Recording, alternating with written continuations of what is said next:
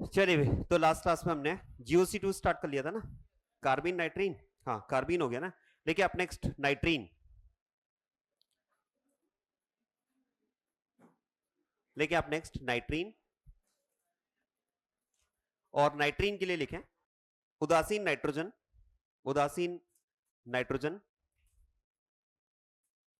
उदासीन नाइट्रोजन जिसके पास एक बॉन्ड पेयर, जिसके पास एक बॉन्ड पेयर,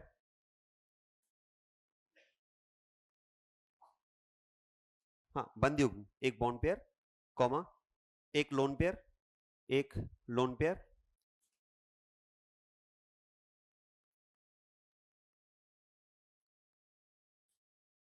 तथा दो अबंधित इलेक्ट्रॉन, तथा दो अबंधित इलेक्ट्रॉन उपस्थित हों, एक बॉन्ड पेयर, एक लोन पेयर तथा दो अबंधित इलेक्ट्रॉन उपस्थित हों। ठीक है, अब आप ध्यान देना, बिल्कुल कार्बिन के सिमिलर कंडीशन आती है इसमें भी। आप ध्यान दो, इसमें हम बात करते हैं उदासीन नाइट्रोजन। ठीक है, इन पर कोई चार्ज नहीं, एक बॉन्ड पेयर होगा इसके पास, एक लोन पेयर होगा, और दो होंगे इसके पास फिर से वैसे ही अबंधित इलेक्ट्रॉन। ठीक है, मतलब टोटल इलेक्ट्रॉन अगर आप काउंट करेंगे तो यहां भी इलेक्ट्रॉन इसके पास होते हैं 6, और यहां पर आप कह सकते हैं फिर से 6 इलेक्ट्रॉन्स में से 4 इलेक्ट्रॉन फिक्स हैं, 2 इलेक्ट्रॉन तो बॉन्ड पेयर के रूप में और 2 इलेक्ट्रॉन लोन पेयर के रूप में। बाकी जो 2 इलेक्ट्रॉन है वो डिपेंड करता है नाइट्रीन का फॉर्मेशन कैसा हुआ है। कार्बिन के समान देखो, एक बॉन्ड पेयर एक लोन पेयर ये तो फिक्स है। कार्बिन के समान अब जो बचे हुए 2 इलेक्ट्रॉन है वो एक ही ऑर्बिटल में हो सकते हैं या अलग अलग ऑर्बिटल में भी हो सकते हैं। और जब एक ही ऑर्बिटल में होंगे, और इसके लिए जब आप m की वैल्यू निकालते हैं मल्टीप्लिसिटी, तो वो आएगी 1, तो इसे हम कहेंगे सिंगलेट नाइट्रीन। और इसके लिए m की वैल्यू क्या आएगी 3, तो इसे हम कहेंगे ट्रिपलेट नाइट्रीन। तो बिल्कुल कार्बन के समान कंडीशन है, सिंगलेट एंड ट्रिपलेट। लिखें आप इसे।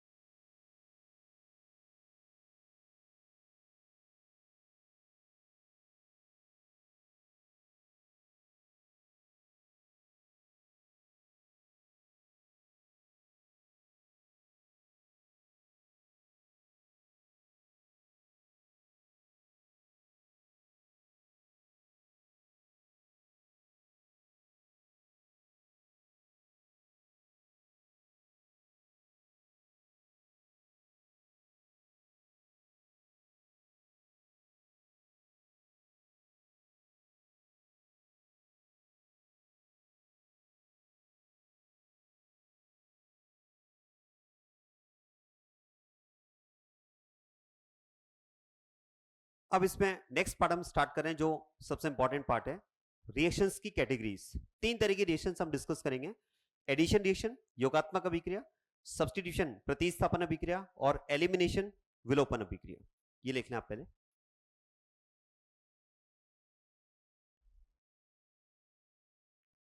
फर्स्ट अब स्टार्ट करेंगे इसमें एडिशन रिएक्शन।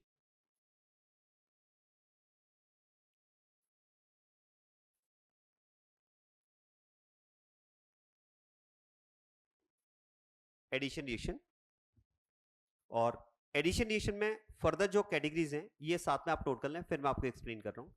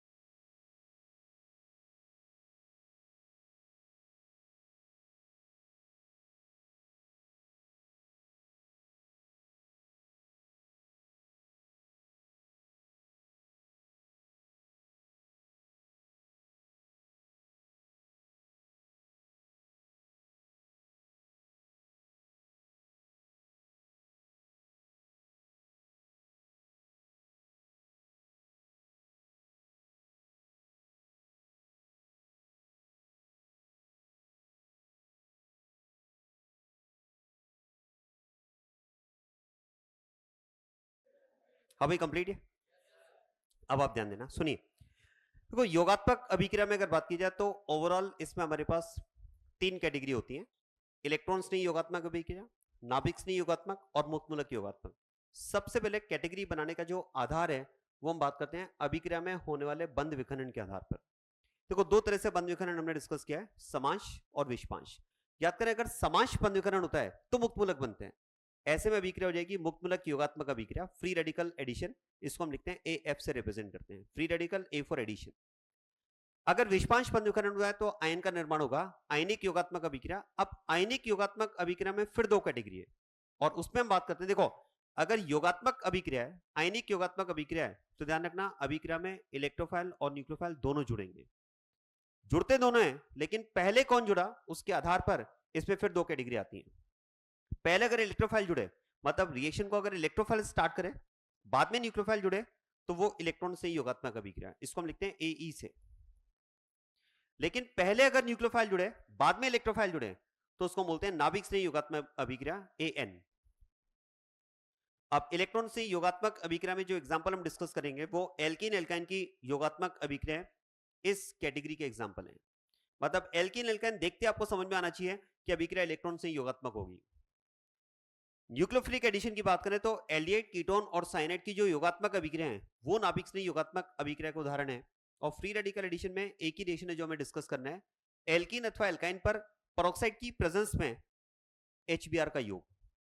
अब देखो ये कोई ऐसा रटना नहीं है कि एल्कीन एल्काइन में इलेक्ट्रॉन से योगात्मक अभिक्रिया होगी, एल्डिहाइड कीटोन साइनाइड में नाभिक स्नेही योगात्मक। ये रीजन हम डिस्कस करेंगे कि एल्डिहाइड कीटोन और साइनाइड की रिएक्शन को अगर न्यूक्लियोफाइल स्टार्ट कर रहा है तो इलेक्ट्रोफाइल क्यों नहीं, या एल्केन एल्काइन की रिएक्शन को अगर इलेक्ट्रोफाइल स्टार्ट कर रहा है तो न्यूक्लियोफाइल क्यों नहीं। ये कंसेप्ट हम डिस्कस करेंगे और वही कंसेप्ट है वास्तव में जो हमें आना चाहिए, तो ये पूरा पार्ट हम डिस्कस करेंगे। अब आप ध्यान देना, देखो जैसे योगात्मक में हमारे पास 3 कैटेगरी है, ऐसे ही प्रतिस्थापन में भी 3 कैटेगरी होती है सेम। बस आप समझ लो इस पूरे कैटेगराइजेशन में योगात्मक की जगह में लिखना है प्रतिस्थापन, तो वो प्रतिस्थापन की 3 कैटेगरी हो जाएंगी। अब आप ध्यान देना, मतलब टोटल रिएक्शन हो गए 6। अभी एलिमिनेशन को साइड में रखते हैं, विलोपन को साइड में रखते हैं, तो योगात्मक और प्रतिस्थापन में टोटल 6 रिएक्शन हो गए, 3 योगात्मक की और 3 प्रतिस्थापन की। देखो इन 6 में से जो मुक्तमूलक वाला पार्ट है ना, उसमें जनरली स्टूडेंट को प्रॉब्लम होती नहीं है, चाहे वो मुक्तमूलक योगात्मक हो या मुक्तमूलक प्रतिस्थापन हो। ठीक है, उसमें क्यों प्रॉब्लम नहीं होती उसका भी रीजन है, क्योंकि इसमें आगे कोई कैटेगरी नहीं है और अभिक्रिया में बंध विखंडन मुक्तमूलक होगा, मतलब समांश होगा या विषपांश, वो तो कंडीशन के आधार पर है। जैसे मैं बताता हूं, पेरोक्साइड, याद करो हमने लिखा है पेरोक्साइड समांश बंध विखंडन के लिए फेवरेबल कंडीशन होती है। तो कंडीशन को देखने से ही समझ में आ जाता है कि समांश बंध विखंडन होगा। अगर समांश होगा तो अभिक्रिया मुक्तमूलक होगी, और मुक्तमूलक में फिर आगे कोई कैटेगरी है नहीं। मेन स्टूडेंट को जो प्रॉब्लम आती है वो आयनिक वाली कैटेगरी में आती है, मतलब आयनिक की 4 कैटेगरी में, 4 समझ में आ रहा है कौन सी, 2 योगात्मक की और 2 प्रतिस्थापन की। ये जो 4 रिएक्शन है, मतलब electrophilic addition, nucleophilic addition, electrophilic substitution और न्यूक्लियोफिलिक सब्स्टिट्यूशन, ये जो 4 कैटेगरीज है ना, स्टूडेंट को ज्यादा प्रॉब्लम इन्हीं में आती है और हमारे सिलेबस में ज्यादा रिएक्शन है भी इनकी। ठीक है, इसलिए इस कंसेप्ट को हमें समझना पड़ेगा कि किसी भी रिएक्शन को देखकर हमें कैसे समझ में आएगा। देखो ये तो समझ में आ जाएगा कि अभिक्रिया में बंध विखंडन विषपांश है, वो अभिक्रिया की अनुकूल स्थिति के अनुसार हम चेक कर लेंगे। लेकिन विषपांश में जब आयन बनेंगे तो आयन में अब रिएक्शन इन चारों में से कौन सी होगी वो हमें आइडेंटिफाई करना आना चाहिए, तब हम रिएक्शन को स्टार्ट कर पाएंगे, और रिएक्शन को अगर हम स्टार्ट कर पाएंगे तो प्रोडक्ट तक पहुंच पाएंगे। अब इसके लिए आप ध्यान देना, इन 4 रिएक्शंस को आइडेंटिफाई करने के लिए मुझे ऐसा लगता है हमें 2 बातें डिसाइड करनी आनी चाहिए, हमें 2 बातें पता करना आना चाहिए। एक तो हमें यह पता होना चाहिए कि अटैक कौन करेगा, इलेक्ट्रॉन से या नाभिक से, क्योंकि अगर इलेक्ट्रॉन से अटैक करेगा तो रिएक्शन इलेक्ट्रोफिलिक हो जाएगी, और अगर नाभिक से अटैक करेगा तो नाभिक स्नेह अभिक्रिया। एक तो हमें यह डिसाइड करना आना चाहिए कि अटैक इलेक्ट्रोफाइल का होगा या फिर न्यूक्लियोफाइल का होगा। दूसरा फिर हमें यह डिसाइड करना आना चाहिए कि रिएक्शन सब्स्टिट्यूशन होगी या एडिशन होगी। इसी से तो ओवरऑल कैटेगरी डिसाइड होगी ना। मान लो आपने कहा सर इलेक्ट्रोफाइल अटैक करेगा, तो अब डिसाइड करो एडिशन या सब्स्टिट्यूशन। अगर सब्स्टिट्यूशन तो ओवरऑल रिएक्शन हो गई इलेक्ट्रोफिलिक सब्स्टिट्यूशन, अगर एडिशन तो ओवरऑल इलेक्ट्रोफिलिक एडिशन। ठीक है, अगर न्यूक्लियोफाइल अटैक कर रहा है और सब्स्टिट्यूशन है तो न्यूक्लियोफिलिक सब्स्टिट्यूशन, और अगर एडिशन है तो न्यूक्लियोफिलिक एडिशन। ऐसे ओवरऑल रिएक्शन की कैटेगरी डिसाइड होगी। मतलब इन 4 मैकेनिज्म्स में से इन 4 रिएक्शंस को डिसाइड करने के लिए हमें दो बातें डिसाइड करना आना चाहिए। एक तो हमें यह समझ में आना चाहिए कि अटैक कौन करेगा, रिएक्शन को स्टार्ट कौन करेगा, और दूसरा अभिक्रिया योगात्मक होगी या फिर प्रतिस्थापन होगी। अब क्वेश्चन है किसी भी रिएक्शन को देखकर हम कैसे डिसाइड करेंगे कि अटैक कौन करेगा और अभिक्रिया योगात्मक या प्रतिस्थापन। तो उसका भी एक देखो पूरा फ्लो है, मैं आपको बताता हूं। देखो जो भी रिएक्शन आपको गिवन होगी उस रिएक्शन में कंपाउंड गिवन होंगे। अरे यौगिक तो आपको दिए जाएंगे ना, पर जैसे आपको दे दिया प्रोपीन की अभिक्रिया कराओ HBr के साथ। अब प्रोपीन आपको दे दिया रिएक्शन में ऑर्गेनिक सबस्ट्रेट, तो आप ध्यान देना जो भी ऑर्गेनिक सबस्ट्रेट कंपाउंड आपको रिएक्शन में दिया है, आप देखो वो कंपाउंड के आधार पर हम डिसाइड करते हैं कि अटैक इलेक्ट्रोफाइल करेगा या न्यूक्लियोफाइल करेगा। ध्यान देना ये बात कि इलेक्ट्रोफाइल का अटैक होगा या न्यूक्लियोफाइल का अटैक होगा, ये हमें कौन बताएगा? रिएक्शन में दिया गया कंपाउंड। ठीक है, वो कंसेप्ट हम डिस्कस करेंगे कि कंपाउंड को देखकर कैसे समझ आएगा कि अटैक इलेक्ट्रोफाइल का होगा या न्यूक्लियोफाइल का होगा। लेकिन वो डिसाइडिंग फैक्टर वही है कंपाउंड। कंपाउंड हमें ये बताएगा कि अटैक इलेक्ट्रोफाइल का होगा या फिर न्यूक्लियोफाइल का। और जब आप ये सीख जाएंगे कंपाउंड को देखकर कि कौन अटैक करेगा, तो फिर आपको ये भी समझ में आ जाएगा अटैक कहां पर होगा। क्योंकि देखो अगर आपको ये समझ में आता है कि न्यूक्लियोफाइल अटैक करेगा, तो फिर आपको ये भी तो समझ में आएगा कि न्यूक्लियोफाइल कंपाउंड में वहां पर अटैक करेगा जहां पर इलेक्ट्रॉन की कमी हो। क्योंकि न्यूक्लियोफाइल इलेक्ट्रॉन देकर बॉन्ड बनाता है या लेकर? देकर। तो ये अगर इलेक्ट्रॉन देगा तो वहीं जाकर देगा जहां पर इलेक्ट्रॉन की कमी हो। तो जब आपको ये समझ आता है ना कि कौन अटैक करेगा, तो आपको ये भी समझ आएगा कि अटैक कहां पर होगा। तो आप अटैक करवाओ, और जब आप अटैक करवाएंगे तो आपको मिलेगा इंटरमीडिएट, मध्यवर्ती। ऐसे यहां जब अटैक करवाया तो आपको मिला इंटरमीडिएट। और ध्यान देना इंटरमीडिएट को देखकर हम ये बात डिसाइड करते हैं कि अभिक्रिया योगात्मक होगी या फिर प्रतिस्थापन। इंटरमीडिएट को देखकर डिसाइड करना होता है कि प्रोसेस एडिशन होगा या फिर सब्स्टिट्यूशन। इस तरह से ओवरऑल रिएक्शन को हम डिसाइड करते हैं, electrophilic addition, electrophilic substitution, nucleophilic addition, nucleophilic substitution. मतलब पूरी रिएक्शन में दो ऐसी जगह हमारे पास होती हैं, दो ऐसे प्लेस हमारे पास होते हैं, दो ऐसे पॉइंट्स हमारे पास होते हैं जिनको देखकर हम ये डिसाइड करते हैं कि प्रोसेस, ओवरऑल प्रोसेस क्या होगा। वो दो पॉइंट्स कौन से हैं? एक तो स्टार्टिंग पॉइंट जहां से हम चलना स्टार्ट कर रहे हैं कंपाउंड, और दूसरा mid point, intermediate mid point. वो आपको बताएगा ये दो पॉइंट ऐसे हैं जहां से हम ओवरऑल रिएक्शन का रास्ता तय करते हैं, मंजिल तय करते हैं। क्या बात समझ में आ रही है? देखो आप ये समझ लो कि इलेक्ट्रोफाइल अटैक करेगा या न्यूक्लियोफाइल अटैक करेगा, ये अगर आपको समझ में आ गया तो आप स्टार्टिंग पॉइंट से चलना स्टार्ट कर दोगे और आप मिड पॉइंट पे आ जाओगे। मतलब जैसे ये समझ आता है ना कि अटैक इलेक्ट्रोफाइल का होगा न्यूक्लियोफाइल का, उसको मिड पॉइंट दिखना स्टार्ट हो जाएगा, मतलब उसको इंटरमीडिएट दिखना स्टार्ट हो जाएगा, ये पक्की बात है। और जब आप इंटरमीडिएट पर पहुंच जाएंगे और जब आप ये सीख जाएंगे इंटरमीडिएट को देख करके कि प्रोसेस एडिशन होगा या सब्स्टिट्यूशन होगा, तो मैं आपको गारंटी के साथ में कह रहा हूं आपको प्रोडक्ट दिखना स्टार्ट हो जाएगा, मतलब वो मंजिल दिखना स्टार्ट हो जाएगी। बस ये ध्यान रखना स्टार्टिंग पॉइंट पर, स्टार्टिंग पॉइंट से प्रोडक्ट देखने की कोशिश मत करो। हम क्या करते हैं, सीधा प्रोडक्ट देखने की कोशिश करते हैं। स्टार्टिंग पॉइंट से हमें क्या देखना है? इंटरमीडिएट। और इंटरमीडिएट कब देख पाओगे? जब आप ये डिसाइड कर पाओगे कि अटैक इलेक्ट्रोफाइल का होगा या फिर न्यूक्लियोफाइल का। और जब आपको ये समझ आ गया ना और इंटरमीडिएट आपको दिख गया, तो वहां तक पहुंच जाओ, आपको प्रोडक्ट दिखना भी स्टार्ट हो जाएगा। क्योंकि उसके बाद में फिर हम ये भी डिस्कस करेंगे कि इंटरमीडिएट को देखकर कैसे डिसाइड होता है कि प्रोसेस एडिशन होगा या फिर सब्स्टिट्यूशन। तो सबसे पहले यहां से हमें चलना है, तो पहले तो मैं ये कंसेप्ट आपको बताता हूं कि कंपाउंड को देखकर हम कैसे डिसाइड करते हैं कि अटैक इलेक्ट्रोफाइल का होगा या फिर न्यूक्लियोफाइल का होगा, राइट। फिर इंटरमीडिएट को देखकर कैसे डिसाइड करेंगे कि प्रोसेस एडिशन होगा या सब्स्टिट्यूशन होगा, वो भी डिस्कस करेंगे। अब ध्यान देना, क्योंकि कंपाउंड को देखकर हमें डिसाइड करना है कि अटैक इलेक्ट्रोफाइल का होगा न्यूक्लियोफाइल का होगा, इसलिए मैं कंपाउंड को, जितने भी ऑर्गेनिक केमिस्ट्री में कंपाउंड हमें अपने सिलेबस में डिस्कस करने हैं, उन कंपाउंड्स को आज मैं दो कैटेगरी में डिवाइड कर रहा हूं। ऐसे कंपाउंड जिनमें मल्टीपल बॉन्ड प्रेजेंट है और ऐसे कंपाउंड जिनमें मल्टीपल बॉन्ड एब्सेंट है। दो कैटेगरी बना ली हमने। सारे मल्टीपल बॉन्ड वाले कंपाउंड एक साथ और विदाउट मल्टीपल बॉन्ड वाले कंपाउंड एक साथ। क्या क्लियर है की बात है? और सबसे पहले आज हम इस कैटेगरी को स्टार्ट करेंगे। मतलब आज मैं आपको यह कंसेप्ट दे दूंगा कि जिन कंपाउंड्स में मल्टीपल बॉन्ड प्रेजेंट है उनको देखकर हमें कैसे समझ आएगा कि अटैक इलेक्ट्रोफाइल का होगा या फिर न्यूक्लियोफाइल का होगा। ये क्लियर है क्या? ठीक है, ये चाहे तो आप इसमें से कुछ लिख लो, फिर स्टार्ट करते हैं उसको। हाँ भी कंप्लीट। चलिए स्टार्ट करते हैं हम इसमें। देखो सबसे पहले उन कंपाउंड्स की बात जिनमें मल्टीपल बॉन्ड प्रेजेंट है। देखिए आप इसमें मल्टीपल बॉन्ड युक्त यौगिकों की आयनिक अभिक्रियाएं, हाँ हेडिंग आप लिखें, मल्टीपल बॉन्ड युक्त यौगिकों की आयनिक अभिक्रियाएं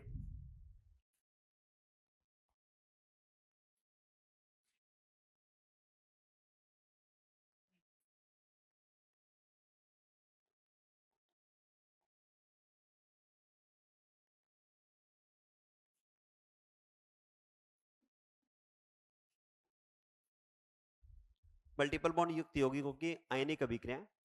अब आप ध्यान देना, देखो सबसे पहले तो ऑर्गेनिक कंपाउंड्स को हमने दो कैटेगरी में डिवाइड किया, compound with multiple bond and compound without multiple bond. अब मल्टीपल बॉन्ड वाले कंपाउंड्स की हम बात कर रहे हैं, और इन मल्टीपल बॉन्ड वाले कंपाउंड्स को भी मैं फिर से दो कैटेगरी में डिवाइड कर रहा हूं। ठीक है, जितने भी मल्टीपल बॉन्ड कंटेनिंग कंपाउंड्स हैं उनको हम फिर से दो कैटेगरी में डिवाइड कर रहे हैं, और यहां पर कैटेगरी का जो आधार है वो है EN। आप ध्यान देना, एक तो वो कैटेगरी कंपाउंड्स की जिनमें मल्टीपल बॉन्ड समान विद्युतीय परमाणु के मध्य उपस्थित है, like A double bond A। ठीक है, हमें इससे मतलब नहीं है कि डबल बॉन्ड या ट्रिपल बॉन्ड है, इससे मतलब है कि EN क्या है। EN सेम, एक कैटेगरी ये, और दूसरी कैटेगरी उन कंपाउंड्स की जहां पर मल्टीपल बॉन्ड भिन्न विद्युतीय परमाणु के मध्य उपस्थित हो, like A double bond B, और ऐसा मान लेते हैं B की जो EN है वो A से ज्यादा है, ये कंडीशन। ठीक है, तो दो कैटेगरी हमने बनाई है। अगर कैटेगरी आपको समझ में आई तो बता सकते हैं साइनाइड को, आप साइनाइड कंपाउंड को किस कैटेगरी में रखेंगे? सेकंड। भाई साइनाइड में कार्बन हाइड्रोजन EN डिफरेंट होगा ना, तो सेकंड। एल्डिहाइड को सेकंड। कार्बोक्सिलिक एसिड को, कार्बोक्सिलिक एसिड को second. C double bond O, वहां भी तो EN डिफरेंट है। एल्काइन को फर्स्ट, बेंजीन को फर्स्ट, EN सेम रहेगी। क्लियर? अब जरा ध्यान देना, अब देखो पहले इस कैटेगरी की बात करते हैं। इस कैटेगरी के कंपाउंड में हमें यह समझना है कि रिएक्शन को स्टार्ट इलेक्ट्रोफाइल करेगा या फिर न्यूक्लियोफाइल करेगा। हम दोनों कंडीशन चेक कर लेते हैं। देखो एक बात तो क्लियर है कि यदि मल्टीपल बॉन्ड समान विद्युतीय परमाणु के मध्य उपस्थित है तो दोनों ए पर जो पाइलेक्ट्रॉन क्लाउड होगा वो बराबर बराबर होगा। ठीक है, क्योंकि EN सेम है तो दोनों पर आप कह सकते हैं पाइलेक्ट्रॉन क्लाउड का जो डिस्ट्रीब्यूशन होगा वो दोनों पर इक्वल होगा।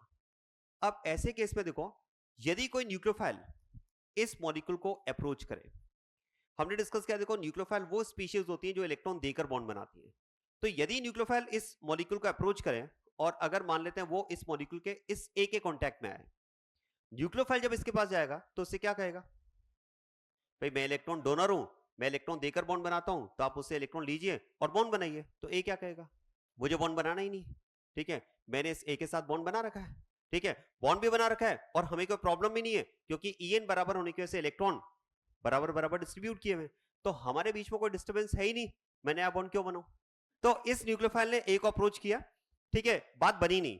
इवन आप देखो, अगर न्यूक्लियोफाइल ने A को ज्यादा इंसिस्ट किया बॉन्ड बनाने के लिए, तो A कहेगा भी ऐसा है, तू न्यूक्लियोफाइल है, तेरे पास डोनेटेबल इलेक्ट्रॉन है। अरे न्यूक्लियोफाइल के पास होते, बोले तेरे पास डोनेटेबल इलेक्ट्रॉन है ना, मेरे पास भी है। अरे पाई इलेक्ट्रॉन भी तो डोनेटेबल इलेक्ट्रॉन होते हैं। बोले मेरे पास भी है, तो ऐसा कर मुझसे इलेक्ट्रॉन ले और बॉन्ड बना। ठीक है, तो कुल मिलाकर के देखो यहां पर इसकी बात बनी नहीं। अब ये न्यूक्लियोफाइल क्या करेगा?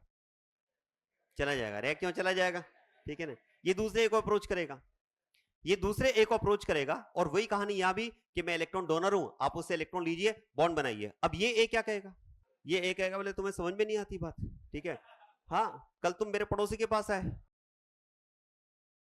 हमने जब बॉन्ड बना रखा है और हम मस्त बढ़िया खुश हैं बॉन्ड बना करके। अरे सुनिए सुनिए, तो यहां पर दोनों में इक्वल इलेक्ट्रॉन का डिस्ट्रीब्यूशन है, कोई डिस्टर्बेंस नहीं है, तो दोनों A ने कुल मिलाकर न्यूक्लियोफाइल को मना कर दिया। आप देखो इसका मतलब ये तो समझ में आना चाहिए कि इस तरह के कंपाउंड में जहां पर मल्टीपल बॉन्ड समान विद्युतीय परमाणु के मध्य उपस्थित हो, ऐसे कंपाउंड की रिएक्शन को न्यूक्लियोफाइल तो इनिशिएट नहीं कर पाएगा। बल्कि आप देखो न्यूक्लियोफाइल के पास इलेक्ट्रॉन क्लाउड होता है जो वो इलेक्ट्रॉन देकर बॉन्ड बनाता है। A के पास भी वैसा इलेक्ट्रॉन क्लाउड है, पाई इलेक्ट्रॉन क्लाउड। दोनों के पास डोनेटेबल इलेक्ट्रॉन क्लाउड है, दोनों अगर एक दूसरे के क्लोज आएंगे तो दोनों के बीच में रिपल्शन ही होगा। इसलिए न्यूक्लियोफाइल यहां पर रिएक्शन को इनिशिएट नहीं कर पाएगा। अब बात करते हैं इलेक्ट्रोफाइल की। देखो इलेक्ट्रोफाइल अगर यहां पर A के कांटेक्ट में आया तो ध्यान देना, इलेक्ट्रोफाइल वो स्पीशीज होती है जिनके पास वेकेंट ऑर्बिटल होता है। ये हमने डिस्कस किया, इलेक्ट्रोफाइल होने के लिए वेकेंट ऑर्बिटल होना नेसेसरी कंडीशन है। और A के पास क्या मैं कह सकता हूं, loosely bonded pi electron cloud है। ध्यान रखना ये बहुत कॉमन कंसेप्ट है और कई बार मतलब हम हर रिएक्शन में इनफैक्ट यूज करेंगे। जहां भी वेकेंट ऑर्बिटल वाला एटम ऐसे एटम के कांटेक्ट में है जिसके पास loosely bonded pi electron cloud है, तो जैसे ही वो आपस में इंटरेक्ट करते हैं इलेक्ट्रॉन का फ्लो स्टार्ट हो जाएगा उसकी वैकेंसी के लिए, और जहां इलेक्ट्रॉन का फ्लो हुआ मतलब बॉन्ड फॉर्मेशन स्टार्ट। तो यहां पर आप कह सकते हैं कि इलेक्ट्रोफाइल रिएक्शन को इनिशिएट कर पाएगा। अच्छा बता सकते हैं इलेक्ट्रोफाइल कौन से A के साथ रिएक्शन को इनिशिएट कर सकता है, राइट या लेफ्ट? दोनों के साथ। कम ज्यादा वो अलग बात है, लेकिन दोनों के पास पाई इलेक्ट्रॉन क्लाउड है, स्टार्ट तो दोनों जगह कर सकता है। चलिए फिर मान लेते हैं कि इलेक्ट्रोफाइल इस राइट वाले A के कांटेक्ट में आया, और जब ये इसके कांटेक्ट में आया तो इलेक्ट्रॉन का फ्लो स्टार्ट हुआ इसकी वैकेंसी के लिए, और ये बॉन्ड फॉर्मेशन स्टार्ट। ध्यान देना ये जो एरो है इसमें कंफ्यूज मत होना, कि सर वो इलेक्ट्रोफाइल अटैक कर रहा है, ये इस पर अटैक कर रहा है। कौन किस पर अटैक कर रहा है ये एरो वो नहीं बता रहा है, और ये हम बात भी नहीं करते कि कौन किस पर अटैक कर रहा है, वो तो दोनों आपस में इंटरेक्ट कर रहे हैं। ठीक है, ये बताता है इलेक्ट्रॉन का फ्लो, और इलेक्ट्रॉन का फ्लो है डोनर से एक्सेप्टर की ओर। ठीक है, अब आप देखो ये इलेक्ट्रॉन का फ्लो आ, जरा बता सकते हैं इस बॉन्ड फॉर्मेशन में इलेक्ट्रॉन्स कौन से यूज हो रहे हैं? ये पाई इलेक्ट्रॉन्स ही तो यूज हो रहे हैं। इसका मतलब ए और इलेक्ट्रोफाइल के बीच में जो नया बॉन्ड बन रहा है, उस नए बॉन्ड में कोई और इलेक्ट्रॉन नहीं, ये पाई इलेक्ट्रॉन यूज हो रहे हैं। अगर ये इलेक्ट्रॉन यूज होंगे मतलब साथ साथ ये पाई बॉन्ड ब्रेक भी होगा। अरे ये बॉन्ड ब्रेक होकर के ही तो इलेक्ट्रॉन यूज होंगे आगे। अब आप देखो जब ये प्रोसेस स्टार्ट होगा तो इस प्रोसेस को हम इस तरह से रिप्रेजेंट करते हैं, जहां पर ए और इलेक्ट्रोफाइल के बीच में बॉन्ड फॉर्मेशन स्टार्ट हो चुका है, और इस बॉन्ड फॉर्मेशन में क्योंकि पाई इलेक्ट्रॉन्स का यूज हो रहा है तो ये पाई बॉन्ड साथ साथ ब्रेक भी होगा। चार्जेस की बात करते हैं, इलेक्ट्रोफाइल को इलेक्ट्रॉन मिले, पॉजिटिवली चार्ज एटम को जब इलेक्ट्रॉन मिलेंगे तो इसका पॉजिटिव चार्ज कम होना स्टार्ट होगा। देखो अभी बॉन्ड पूरा नहीं बना है तो पॉजिटिव चार्ज कंप्लीट से पार्शियल हो गया, और जैसे जैसे बॉन्ड बनता जाएगा ये पॉजिटिव चार्ज कम होता जाएगा। क्या कोई एटम जिसका इलेक्ट्रॉन का लॉस हो रहा हो? कौन? ये वाला ए। क्योंकि आप सोचिए अगर ये इस तरह से पाई इलेक्ट्रॉन का फ्लो है तो इस ए के ऑर्बिटल में से तो इलेक्ट्रॉन बाहर आ रहे हैं ना, और इसके ऑर्बिटल में से इलेक्ट्रॉन बाहर जाएंगे तो इसका लॉस हो रहा है। लॉस हो रहा है तो यहां पर आप कह सकते हैं ए पर पॉजिटिव चार्ज आएगा, और जैसे जैसे बॉन्ड ब्रेक होता जाएगा इसका पॉजिटिव चार्ज बढ़ता जाएगा। ठीक है, आप ध्यान देना ये एक ऐसी स्पीशीज हमने यहां पर शो की है जिसमें बॉन्ड फॉर्मेशन और ब्रेकेज प्रोसेस चल रहा है। जब बॉन्ड फॉर्मेशन ब्रेकेज प्रोसेस चल रहा होता है उस स्पीशीज को हम बोलते हैं ट्रांजिशन स्टेट। तो यहां पर हम बात कर सकते हैं, यहां पर एक ट्रांजिशन स्टेट का फॉर्मेशन हुआ है।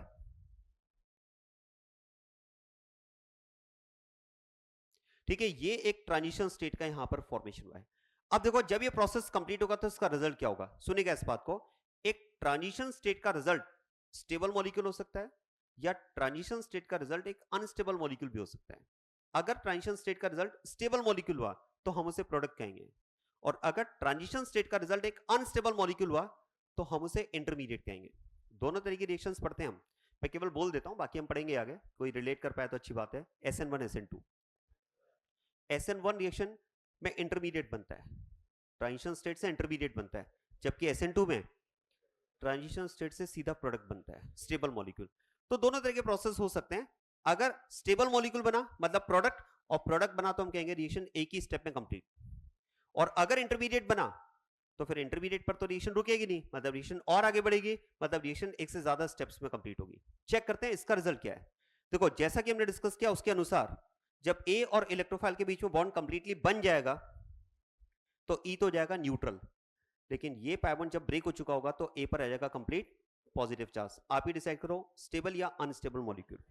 अनस्टेबल मॉलिक्यूल है मतलब अब यहां पर बना इंटरमीडिएट, और अगर इंटरमीडिएट बना तो मतलब रिएक्शन यहां पर रुकेगी तो नहीं, रिएक्शन आगे बढ़ेगी, और आगे बढ़ेगी तो आप कह सकते हैं मतलब अभी तक रिएक्शन का पहला स्टेप कंप्लीट हुआ है, और इस फर्स्ट स्टेप में इलेक्ट्रोफाइल ऐड हुआ है, और मध्यवर्ती के रूप में आप कह सकते हैं पॉजिटिव चार्ज मतलब केटायन का फॉर्मेशन हुआ है। और अब आप ध्यान देना इस इंटरमीडिएट फॉर्मेशन के बाद में जब ए पर पॉजिटिव चार्ज आया तो अब इस ए को रियलाइज हो रहा है गलती हो गई। जब न्यूक्लियोफाइल ने इसे अप्रोच किया था तो इसने उसको रिवर्ट कर दिया, वापस कर दिया। ठीक है, इस कॉन्फिडेंस के साथ कि मेरे पड़ोसी के साथ मैंने बॉन्ड बना रखा है, मुझे कोई प्रॉब्लम ही नहीं है, ये तो गड़बड़ हो गई, इसने इधर बॉन्ड बना लिया। ठीक है, तो अब इस ए को वो न्यूक्लियोफाइल याद आ रहा है जिसने कभी इसे अप्रोच किया था। लेकिन एक बात मैं आपको बता दूं, मजे की बात, आप देखो न्यूक्लियोफाइल कहीं गया नहीं है, वो भी यही है, क्योंकि न्यूक्लियोफाइल को तो इस बात का विश्वास था ना उसका भी दिन आएगा, और वो दिन आ चुका है। ठीक है, अब आप सोचिए, सिचुएशन सोचिए, सिचुएशन ये कि न्यूक्लियोफाइल ए को देख रहा है और ए न्यूक्लियोफाइल को देख रहा है, और बात कोई भी नहीं कर रहे हैं, बात कोई भी नहीं कर रहे हैं। ठीक है, न्यूक्लियोफाइल ए को देख रहा है, ए न्यूक्लियोफाइल को देख रहा है, बात कोई भी नहीं कर रहे हैं। न्यूक्लियोफाइल बात क्यों करे भाई, वो तो कर चुका, और ए क्यों नहीं कर रहा है, उसको अपनी गलती का एहसास हो रहा है। ठीक है ना, इसलिए वो चुप है, उसको पता है गलती तो कर चुके हैं। ठीक है, इसलिए वो बात नहीं कर पा रहा है, न्यूक्लियोफाइल इसलिए नहीं कर रहा है, वो कर चुका बात। ठीक है, ठीक है, तो बात करनी पड़ेगी, बात करेगा कौन? ये देखो, बोले सर आप ही करके निपटाओ इनका झगड़ा, तो तुम आ जाओ भैया, मैं तो डेली करता हूं इनसे बात। ठीक है ना, चलिए, तो बात कौन करेगा, को करनी पड़ेगी, न्यूक्लियोफाइल तो नहीं कर रहा, अब तो अब वो डोमिनेटिंग कंडीशन में भैया। ठीक है, अब उसका दिन है, तो बात तो ए को ही करनी पड़ेगी। क्या करेगा बात वो?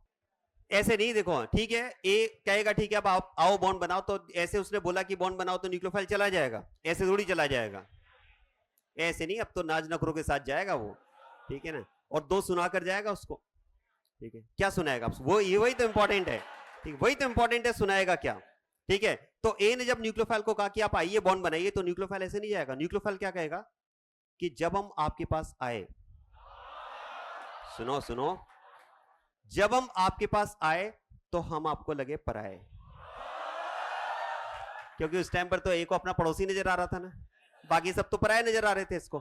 तो जब न्यूक्लियोफाइल, जब ए ने न्यूक्लियोफाइल को कहा कि आप आइए बॉन्ड बनाइए, तो न्यूक्लियोफाइल ने ए को क्या कहा कि जब हम आपके पास आए तो हम आपको लगे, और आज जब आपके अपने हुए पराए तो हम आपको फिर से याद आए।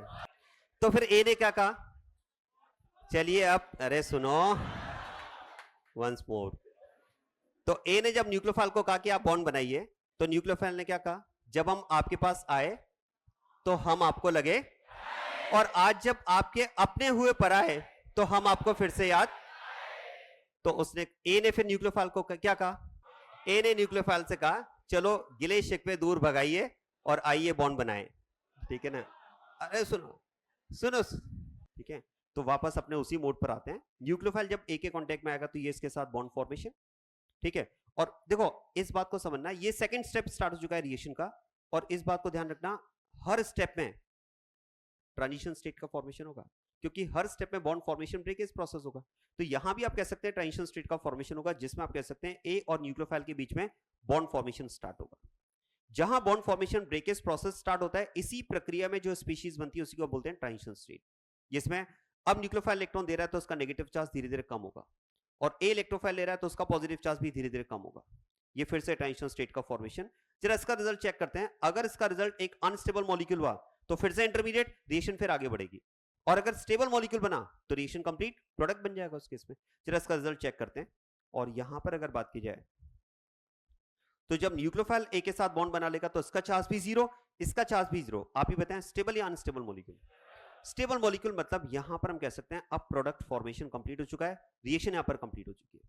मतलब अब देखो ओवरऑल प्रोसेस अगर आप देखेंगे तो रिएक्शन 2 स्टेप्स में कंप्लीट हुई है, 2 स्टेप में कंप्लीट हुई है, जिसमें पहले इलेक्ट्रोफाइल न्यूक्लियोफाइल दोनों जुड़े मतलब एडिशन।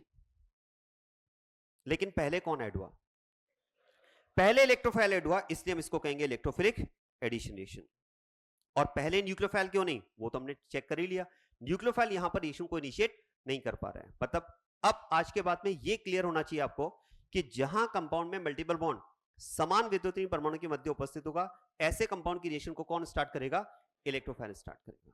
क्या क्लियर है की बात? है ठीक है। देखो अभी मैंने आपको ये कंसेप्ट नहीं बताया कि एडिशन क्यों, सब्स्टिट्यूशन क्यों नहीं, मैंने तो सीधा एडिशन का एग्जांपल ले लिया, ठीक है। अभी ये भी तो समझना है कि एडिशन कब होता है, सब्स्टिट्यूशन कब होता है, और वो किससे डिसाइड होता है? एडिशन और सब्स्टिट्यूशन किससे डिसाइड होते हैं? इंटरमीडिएट से। आप ध्यान देना, एडिशन और सब्स्टिट्यूशन क्योंकि इंटरमीडिएट से डिसाइड होता है, इसलिए अभी हम वो कंसेप्ट नहीं डिस्कस कर पाएंगे क्लास में कि एडिशन कब होता है, सब्स्टिट्यूशन कब होता है, क्योंकि उसके लिए देखो, उसके लिए आपको इंटरमीडिएट का आइडिया होना चाहिए। भाई कंपाउंड का आइडिया तो आपको है, अगर मैं आपसे एल्कीन बोलूंगा तो बिल्कुल आपको इमेज बन जाएगी C double bond C, cyanate C triple bond N, carboxylic acid C double bond OH। Compounds का आपको आइडिया है, इसलिए ये तो हम डिस्कस कर पा रहे हैं कि अटैक इलेक्ट्रोफाइल करेगा न्यूक्लियोफाइल, क्योंकि इलेक्ट्रोफाइल न्यूक्लियोफाइल किससे डिसाइड होता है? कंपाउंड से। लेकिन अभी हम ये डिस्कस नहीं कर पाएंगे कि प्रोसेस एडिशन होगा या सब्स्टिट्यूशन, क्योंकि ये किससे डिसाइड होता है? इंटरमीडिएट से। और जब तक आपको एडिशन और सब्स्टिट्यूशन दोनों के इंटरमीडिएट्स का आइडिया नहीं होगा, तब तक आपको डिफरेंस समझ में नहीं आएगा कि इंटरमीडिएट के आधार पर एडिशन कब होता है और सब्स्टिट्यूशन कब होता है। तो इसका तरीका क्या है? देखो इसका तरीका यही कि पहले जो एडिशन रिएक्शन में मैंने आपको 3 कैटेगरी बताई ना, इलेक्ट्रॉन स्नेह युगात्मक, नाभिक स्नेह युगात्मक, मुक्त मूलक युगात्मक, वो तीनों रिएक्शन के विद एग्जांपल हम कंप्लीट करेंगे, पूरा पढ़ेंगे हम पूरा। तब तक हम एडिशन सब्स्टिट्यूशन वाले कंसेप्ट को होल्ड पर रखेंगे, और जिस दिन एडिशन कंप्लीट हो जाएगा और सब्स्टिट्यूशन रिएक्शन हम क्लास में स्टार्ट करेंगे, उस दिन फिर मैं आपको ये कंसेप्ट बताऊंगा कि इंटरमीडिएट को देखकर कैसे डिसाइड होता है कि एडिशन कब होता है, सब्स्टिट्यूशन कब। क्योंकि जिस दिन हम सब्स्टिट्यूशन रिएक्शन स्टार्ट करेंगे, बोर्ड पर आपके सामने सब्स्टिट्यूशन का इंटरमीडिएट होगा और एडिशन का इंटरमीडिएट आपकी कॉपी में होगा। अरे एडिशन पढ़ चुके होंगे ना, तो आपकी कॉपी में एडिशन का इंटरमीडिएट, बोर्ड पर सब्स्टिट्यूशन का इंटरमीडिएट, दोनों इंटरमीडिएट आपके सामने होंगे। वहां पर आपको डिफरेंस से समझ आएगा कि एडिशन में एडिशन क्यों हुआ और सब्स्टिट्यूशन में सब्स्टिट्यूशन क्यों हो रहा है। तब तक के लिए हम इस कंसेप्ट को होल्ड पर रखेंगे, और ये मैं समझाऊंगा आपको। जिस दिन सब्स्टिट्यूशन स्टार्ट होगा उसी दिन आपको ये कंसेप्ट मिल जाएगा, ठीक है। लेकिन हाँ, आज ये बात तो हम कंप्लीट कर लेंगे कि कंपाउंड को देखकर हम कैसे डिसाइड करेंगे कि इलेक्ट्रोफाइल रिएक्शन को स्टार्ट करेगा या फिर न्यूक्लियोफाइल। और उसमें जिस कैटेगरी को हम कवर कर रहे हैं वो है मल्टीपल बॉन्ड कंटेनिंग कंपाउंड्स। जितने भी मल्टीपल बॉन्ड कंटेनिंग कंपाउंड्स हैं उनको उनके कंसेप्ट आज हमारे क्लियर हो जाएंगे कि रिएक्शन को स्टार्ट कौन करेगा। और उसमें आधा तो हमने डिस्कस कर ही लिया है कि जब मल्टीपल बॉन्ड समान विद्युतीय परमाणु के मध्य उपस्थित हो तो ऐसे कंपाउंड की रिएक्शन को कौन स्टार्ट करता है, इलेक्ट्रोफाइल। अब बात करते हैं इस कैटेगरी के कंपाउंड की।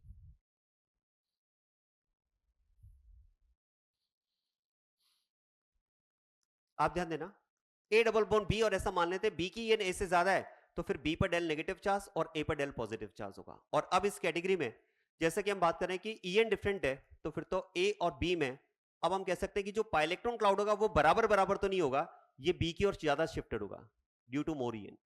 और बी की ओर अगर ज्यादा शिफ्टेड होगा तो बी पर डेल नेगेटिव चार्ज और ए पर डेल पॉजिटिव चार्ज। क्या क्लियर है बात ये? अब ऐसे में फिर से डिस्कस करते हैं कि अगर न्यूक्लियोफाइल इस कंपाउंड को अप्रोच करे तो रिएक्शन के स्टार्ट होने के क्या चांसेस हैं, और इलेक्ट्रोफाइल अगर अप्रोच करे तो चांसेस क्या हैं। देखो अब यहां पर हम कह सकते हैं न्यूक्लियोफाइल रिएक्शन को इनिशिएट कर सकता है, क्योंकि अब जब न्यूक्लियोफाइल ए के कांटेक्ट में आएगा तो क्या हम बात कर सकते हैं ए के ऑर्बिटल में वैकेंसी है, और वैकेंसी का कारण क्या है, E N difference. E N difference के कारण उसके इलेक्ट्रॉन किधर शिफ्ट हो गए, बी की ओर शिफ्ट हो गए पार्शियली, तो ए के ऑर्बिटल में वैकेंसी क्रिएट हो चुकी है। और अगर इसमें वैकेंसी है तो न्यूक्लियोफाइल के पास डोनेटेबल इलेक्ट्रॉन होते हैं, इलेक्ट्रॉन का फ्लो होगा, बॉन्ड फॉर्मेशन स्टार्ट और रिएक्शन इनिशिएट हो जाएगी। और इस बात को समझना, ये भी हमने पढ़ा था ई एन डिफरेंस में हमेशा शिफ्टिंग पार्शियल होती है। अरे पढ़ा था हमने, पार्शियल क्यों होती है, क्योंकि एक लिमिट के बाद में ई एन बराबर हो जाती है। अब आप सोचिए जैसे ही इलेक्ट्रॉन का फ्लो होगा ए का पॉजिटिव चार्ज, अरे ए को इलेक्ट्रॉन मिलेंगे तो उसका पॉजिटिव चार्ज कम होगा, जैसे ही ए का पॉजिटिव चार्ज कम होगा इसकी एन भी कम हो जाएगी, मतलब ए और बी में फिर से ई एन डिफरेंस आ जाएगा। और जैसे ही ई एन डिफरेंस आएगा ये जो पाइलेक्ट्रॉन क्लाउड की शिफ्टिंग रुकी हुई है ये फिर आगे कंटिन्यू हो जाएगी। याद करो इसी को तो इलेक्ट्रोमेरिक इफेक्ट बोलते हैं। अरे क्लियर होगी बात की? ठीक है, तो यहां पर एक बात तो क्लियर है कि रिएक्शन को न्यूक्लियोफाइल इनिशिएट कर पा रहा है। जरा इलेक्ट्रोफाइल भी चेक कर लेते हैं। देखो अगर इस मॉलिक्यूल के कांटेक्ट में इलेक्ट्रोफाइल आ जाए और वो अगर इसके बी के कांटेक्ट में आ जाए तो क्या हम बात कर सकते हैं इलेक्ट्रोफाइल के पास वेकेंट ऑर्बिटल है और बी के पास लूजली बॉन्डेड पाइलेक्ट्रॉन क्लाउड है। इवन आप कह सकते हैं एक्सिस में, अरे डेल नेगेटिव चार्ज है ना, तो फिर तो अगर इसके पास लूजली बॉन्डेड इलेक्ट्रॉन क्लाउड है और इसके पास वैकेंसी है तो इलेक्ट्रॉन का फ्लो स्टार्ट हो जाएगा इसकी वैकेंसी के लिए, मतलब यहां तो इलेक्ट्रोफाइल भी रिएक्शन को इनिशिएट कर पा रहे हैं। तो ध्यान देना जब मल्टीपल बॉन्ड भिन्न विद्युतीय परमाणु के मध्य उपस्थित होते हैं तो ऐसे कंपाउंड की रिएक्शन को इलेक्ट्रोफाइल एंड न्यूक्लियोफाइल दोनों इनिशिएट कर पाते हैं। क्या क्लियर है की बात है? अब क्योंकि दोनों इनिशिएट कर पा रहे हैं तो यहां पर फिर हमें डिसाइड करना होगा कि मेनली कौन इनिशिएट करेगा। देखो मेनली कौन इनिशिएट करेगा वो दोनों के रिजल्ट से हम डिसाइड करेंगे। तो पहले रिजल्ट चेक कर लेते हैं। अगर न्यूक्लियोफाइल यहां पर रिएक्शन को इनिशिएट करे तो ए के पास वैकेंसी है, ये न्यूक्लियोफाइल यहां अप्रोच करेगा और इलेक्ट्रॉन का फ्लो होकर बॉन्ड फॉर्मेशन स्टार्ट होगा। और जैसा हमने डिस्कस किया जैसे ही इलेक्ट्रॉन का फ्लो होगा ए और बी में ई एन डिफरेंस आ जाएगा, और ई एन डिफरेंस के कारण ये जो पाइलेक्ट्रॉन क्लाउड की शिफ्टिंग रुकी हुई थी वो फिर आगे कंटिन्यू हो जाएगी, इस बॉन्ड का ब्रेकेज स्टार्ट हो जाएगा। अब ध्यान देना ये जो पहली स्टेप यहां पर रिएक्शन में स्टार्ट हुई है ट्रांजिशन स्टेट तो यहां भी बनेगी। इस बात को समझ लें हर स्टेप पर ट्रांजिशन स्टेट बनती है। मतलब आप ध्यान देना अगर कोई reaction n number of steps में कंप्लीट होती है, अगर कोई reaction n number of steps में कंप्लीट होती है तो उसकी ट्रांजिशन स्टेट कितनी बनेंगी, n ही बनेगी। अरे हर स्टेप में ट्रांजिशन स्टेट बनेगी। तो अगर कोई रिएक्शन n स्टेप्स में कंप्लीट हो रही है तो उसकी ट्रांजिशन स्टेट भी n बनेगी। इंटरमीडिएट कितने बनेंगे, इंटरमीडिएट n-1 बनेंगे, क्योंकि जो लास्ट स्टेप होगी उसमें तो प्रोडक्ट बनेगा ना, उससे पहले तक इंटरमीडिएट बने होंगे। तो टीएस तो उतनी ही बनती है जितनी स्टेप्स होती हैं। हाँ इंटरमीडिएट आप कह सकते हैं एक कम n-1। ये क्लियर है क्या? तो हर स्टेप पर ट्रांजिशन स्टेट का फॉर्मेशन होता है। यहां भी ट्रांजिशन स्टेट बनेगी, वो ट्रांजिशन स्टेट नहीं बना रहा हूं मैं, वो अंडरस्टूड है बनेगी, और उसका रिजल्ट मैं लिख रहा हूं। और ध्यान देना इसका जो रिजल्ट होगा वो हमारे पास कुछ ऐसा होगा।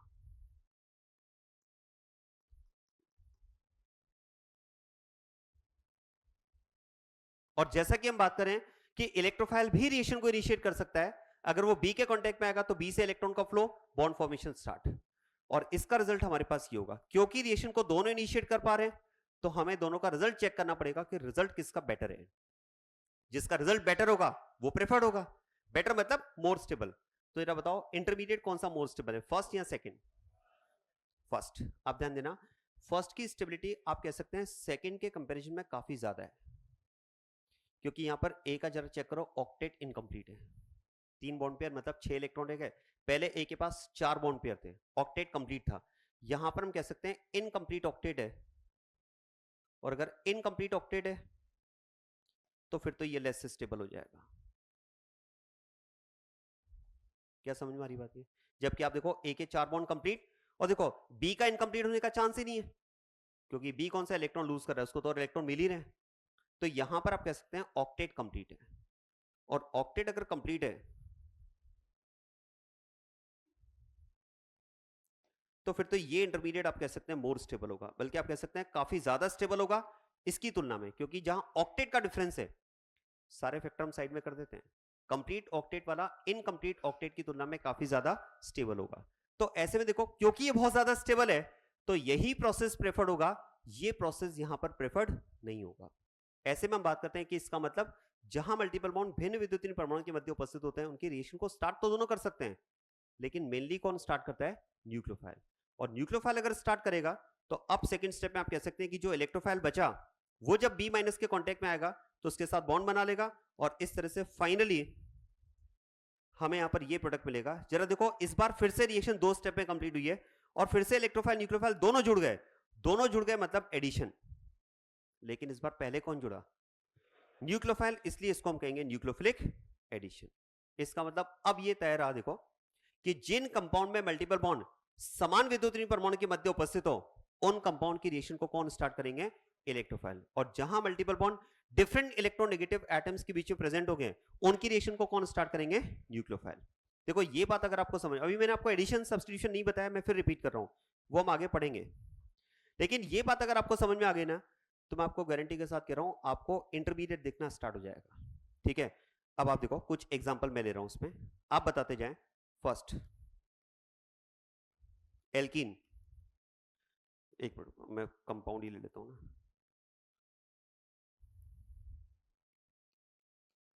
एल्कीन, एडिशन सब्स्टिट्यूशन नहीं बताना, अब तो बताओ इलेक्ट्रोफाइल या nucleophile? EN same, electrophile. Alkyne, बोलो, इलेक्ट्रोफाइल। एल्डिहाइड, यहां पर ईएन डिफरेंट है, न्यूक्लियोफाइल। कीटोन, यस, यहां भी EN different, nucleophile.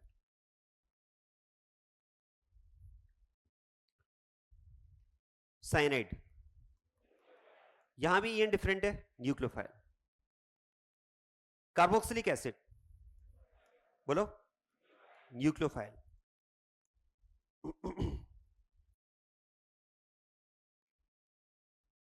Acid halide, RC double bond O X, यहां भी तो ईएन डिफरेंट है, न्यूक्लियोफाइल। एस्टर, एस्टर में भी C double bond O, nucleophile. Anhydride, यहां भी C double bond O, EN different है, न्यूक्लियोफाइल।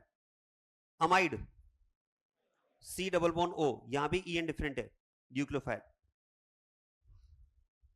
बेंजीन, ईएन सेम है, इलेक्ट्रोफाइल। ठीक है, इन सब में ईएन डिफरेंट है, मतलब न्यूक्लियोफाइल। क्या बात समझ में आ रही है? मतलब आप देखो टोटल 11 कंपाउंड की रिएक्शंस को तो अब आप इनिशिएट कर सकते हैं, और इसमें वो सारे कंपाउंड मैंने इंक्लूड कर लिए जिनके रिएक्शंस हम आगे सिलेबस में डिस्कस करेंगे। ठीक है, तो इन 11 कंपाउंड की रिएक्शंस में जिनमें सब में मल्टीपल बॉन्ड प्रेजेंट है, जहां ईएन सेम है वहां इलेक्ट्रोफाइल, और जहां ईएन डिफरेंट है वहां पर न्यूक्लियोफाइल रिएक्शन को इनिशिएट कर रहा है। और जब हमें ये समझ में आता है ना कि कौन रिएक्शन को इनिशिएट करेगा, तो आपको ये भी समझ में आएगा अटैक कहां पर होगा। जैसे देखो सीएन में हमने कहा ईएन डिफरेंट है, नाइट्रोजन की ईएन ज्यादा है तो डेल नेगेटिव, और कार्बन पर डेल पॉजिटिव। क्योंकि ईएन डिफरेंट है तो रिएक्शन को कौन इनिशिएट करेगा? कौन इनिशिएट करेगा? न्यूक्लियोफाइल। और अगर आपको ये समझ आ रहा है कि न्यूक्लियोफाइल अटैक करेगा, तो फिर आपको ये भी तो समझ में आ रहा होगा कहां पर अटैक होगा, एन पर या कार्बन पर? कार्बन पर। और जब ये इसके साथ बॉन्ड बनाएगा तो कार्बन नाइट्रोजन में ईएन डिफरेंस क्रिएट होकर ये बॉन्ड ब्रेक हो जाएगा। बस आप इसका प्रोसेस को कंप्लीट करो, तो कार्बन के साथ तो न्यूक्लियोफाइल ने बॉन्ड बना लिया, और जब ये बॉन्ड ब्रेक हो गया तो एन पर आ जाएगा नेगेटिव चार्ज, यही तो इंटरमीडिएट है। और इंटरमीडिएट पर अगर आप पहुंच गए, और आगे जब ये कंसेप्ट हम पढ़ लेंगे कि इंटरमीडिएट को देखकर कैसे डिसाइड होता है कि एडिशन होगा या सब्स्टिट्यूशन होगा, तो आपको प्रोडक्ट भी दिखना स्टार्ट हो जाएगा। मतलब देखो आज के बाद में इन 11 कंपाउंड की रिएक्शंस में हमें यह डिस्कस करने की आवश्यकता नहीं है कि रिएक्शन को कौन स्टार्ट करेगा। अब आप इस बात को क्लियर है, ये बात आपको समझ में आ गई होगी कि रिएक्शन को कौन स्टार्ट करेगा। और अगर आपको ये बात क्लियर है कि रिएक्शन को कौन स्टार्ट करेगा, तो फिर आप ये समझ लें कि अब आप रिएक्शन को इनिशिएट करना जानते हैं। और इन 11 कंपाउंड की रिएक्शंस को अगर आप इनिशिएट करना जानते हैं, तो इनके प्रोडक्ट क्या होंगे रिएक्शंस के, उनको पहचानने से आपको कोई रोक ही नहीं सकता। 100% आप पहचान लोगे उसमें। क्लियर है की बात? ये लिखें हमसे।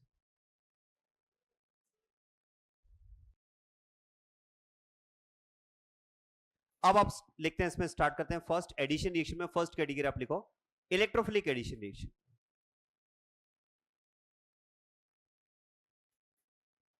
Electrophilic addition reactions of alkenes and alkynes.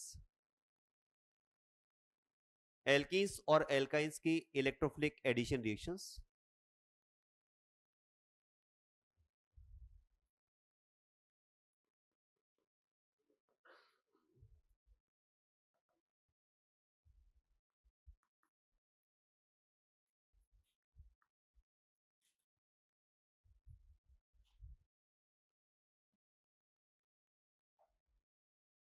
अब देखो, जैसा हमने डिस्कस किया, एल्कीन और अल्काइन की रिएक्शंस को इनिशिएट कौन करेगा?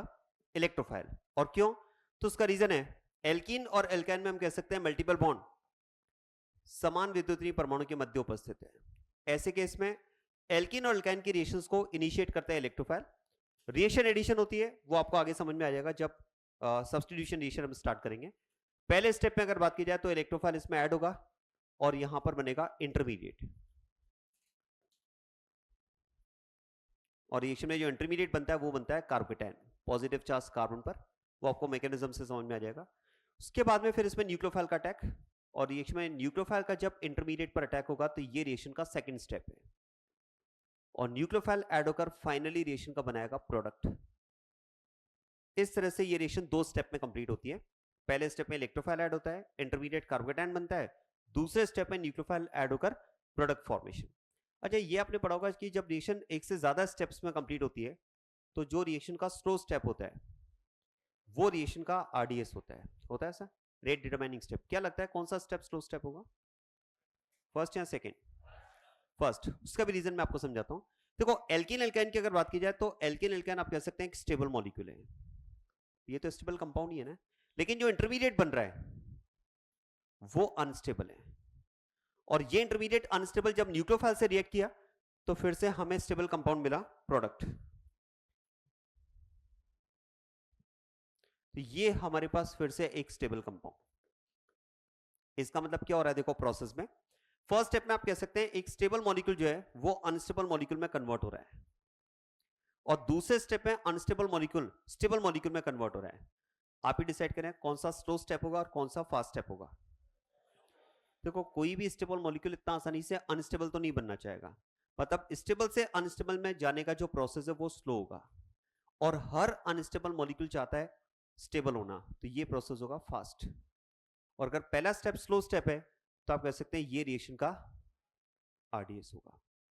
क्या क्लियर हुई बात? है तो आप ध्यान देना, पहला स्टेप रिएक्शन का आरडीएस है, मतलब आप कह सकते हैं एल्कीन एल्काइन की योगात्मक अभिक्रियाओं में, इलेक्ट्रॉन से योगात्मक अभिक्रियाओं में कार्बोकेटायन का बनना रिएक्शन का आरडीएस है। ऐसे में आप देखो, अब ये क्योंकि रिएक्शंस वाला पार्ट हमने स्टार्ट किया है तो आगे भी जो जो कैटेगरी की रिएक्शंस हम डिस्कस करेंगे तो ये क्वेश्चन एक बनता है, ये कॉमन क्वेश्चन हर रिएक्शन में आपको मिलेगा कि जो भी रिएक्शन हम डिस्कस कर रहे हैं उस रिएक्शन में भाग लेने वाले जो यौगिक हैं उन यौगिकों का उस अभिक्रिया के प्रति क्रियाशीलता का क्रम क्या होगा। जैसे ये आपसे पूछ सकते हैं, आपको एल्कीन दे दी जाए या एल्काइन आपको दे दी जाए या एल्कीन एल्काइन मिक्स करके आपको दे दें, और आपसे पूछ सकते हैं कि इनका इस इलेक्ट्रॉन से योगात्मक अभिक्रिया के प्रति क्रियाशीलता का क्रम क्या होगा। देखो, किसी भी रिएक्शन के प्रति यौगिकों की क्रियाशीलता का क्रम हम उस अभिक्रिया के आरडीएस के आधार पर निकालते हैं। आप तो इसको ऐसे समझो, मान लो अभिक्रिया में दो एल्कीन भाग ले रहे हैं, या मान लो अभिक्रिया में एक एल्कीन और एक एल्काइन भाग ले रहा है। क्या मैं कह सकता हूं दोनों में से जो कंपाउंड इस वाली स्टेप को जल्दी कंप्लीट करेगा उसमें रिएक्शन की रेट हाई होगी, उसमें रिएक्शन फास्ट होगी। यही तो होगा ना। ठीक है, अब क्वेश्चन है कि ये स्टेप फास्ट कब होगी? तो देखो, हम कह सकते हैं कार्बोकेटायन जितना फास्ट बनेगा रिएक्शन की रेट हाई होगी, और कार्बोकेटायन फास्ट बने इसके लिए कार्बोकेटायन कैसा होना चाहिए? स्टेबल होना चाहिए। क्योंकि देखो, कार्बोकेटायन आप कह सकते हैं अनस्टेबल है तो इसका फॉर्मेशन स्लो हो रहा है। ठीक है, आप कह सकते हैं सारे कार्बोकेटायन अनस्टेबल होते हैं, लेकिन अगर आप उसमें तुलना करें तो क्या मैं कह सकता हूं कार्बोकेटायन जितना ज्यादा अनस्टेबल होगा उसका फॉर्मेशन उतना स्लो होगा। स्लो होगा तो रिएक्शन भी स्लो हो जाएगी, रिएक्शन की रेट कम हो जाएगी, और रिएक्शन स्लो होगी तो हम कहेंगे भाई कंपाउंड कम रिएक्टिव है। क्या समझ में आ रही बात है? एग्जांपल से समझो। मान लो अगर आपको ये एल्कीन दी जाए, या चलो एग्जांपल मैं बाद में समझाऊंगा, पहले मैकेनिज्म समझेंगे तब आपको एग्जांपल समझ में आएगा। अभी इसको होल्ड करते हैं, ठीक है। ये समझ में आ रहा है क्या कि जितना कार्बोटाइन जल्दी बनेगा रिएक्शन उतना फास्ट होगी, और कार्बोटाइन जल्दी कब बनेगा? जब वो स्टेबल होगा, क्योंकि आप सोचिए अनस्टेबल मॉलिक्यूल के बनने की प्रवृत्ति कम होगी, या आप कह सकते हैं कार्बोटाइन जितना ज्यादा अनस्टेबल होगा उसका फॉर्मेशन उतना स्लो होगा। स्लो होगा तो रिएक्शन स्लो हो जाएगी। मतलब आप कह सकते हैं एल्कीन और एल्काइन की जो क्रियाशीलता है, रिएक्टिविटी ऑफ एल्कीन एल्काइन, ये हम किससे डिसाइड करेंगे? बनने वाले कार्बोटाइन के स्थायित्व से। आप कह सकते हैं directly proportional to stability of carbocation, क्योंकि देखो स्टेबिलिटी ऑफ इंटरमीडिएट, और वो इंटरमीडिएट कार्बोटाइन है। क्योंकि देखो कार्बोटाइन का बनना ही एल्कीन एल्काइन की इस अभिक्रिया के प्रति क्रियाशीलता को निर्धारित कर रहा है, क्योंकि कार्बोटाइन का बनना ही रिएक्शन का आरडीएस है। तो हम ये कह रहे हैं कि कार्बोटाइन जितना स्टेबल होगा, सुनना इस बात को, कार्बोटाइन जितना स्टेबल होगा वो उतना जल्दी बनेगा। जल्दी बनेगा तो रिएक्शन की रेट ज्यादा होगी, रिएक्शन की रेट ज्यादा होगी मतलब कंपाउंड रिएक्टिव होगा। या आप कह सकते हैं कार्बोटाइन की स्टेबिलिटी जितना कम होगी, सुनना इस बात को, कार्बोटाइन जितना ज्यादा अनस्टेबल होगा, इसकी स्टेबिलिटी जितनी कम होगी, इसका फॉर्मेशन उतना स्लो होगा। स्लो होगा तो रिएक्शन स्लो चलेगी, स्लो चलेगी तो कंपाउंड की क्रियाशीलता कम हो जाएगी। तो क्रियाशीलता कंपाउंड की किससे डिसाइड होगी? बनने वाले इंटरमीडिएट के स्थायित्व से। क्योंकि इंटरमीडिएट का बनना रिएक्शन का आरडीएस है, तो ये इंटरमीडिएट जितना फास्ट बनेगा रिएक्शन की रेट हाई होगी, और इंटरमीडिएट फास्ट बने उसके लिए वो स्टेबल होना चाहिए, क्योंकि वही मॉलिक्यूल पहले बनना पसंद करेगा जो स्टेबल है। जितना ज्यादा अनस्टेबल होगा उसके बनने की प्रवृत्ति कम होगी, या आप कह सकते हैं उसका बनना उतना स्लो होगा। क्या क्लियर है की बात में? ठीक है। तो इस तरह से आप देखो, मान लो अगर दो एल्कीन, दो कंपाउंड जो भी आपको दिए हैं, एक में मान लो कार्बोटाइन बना C1, एक में बना C2 कार्बोटाइन, और C2 कार्बन के कैटायन की मान लेते हैं स्टेबिलिटी कम है। कार्बोटाइन तो दोनों ही अनस्टेबल है, लेकिन मान लो C2 ज्यादा अनस्टेबल है। अगर ये ज्यादा अनस्टेबल है तो क्या मैं कह सकता हूं इसका फॉर्मेशन और स्लो होगा, और स्लो होगा मतलब इसके कंपाउंड में रिएक्शन स्लो चलेगी, जबकि ऊपर वाले कंपाउंड में रिएक्शन फास्ट चलेगी। तो बस इसकी स्टेबिलिटी से चेक कर लेंगे उससे, क्वेश्चन करेंगे तो और आपको समझ में आ जाएगा। लिखो आपसे,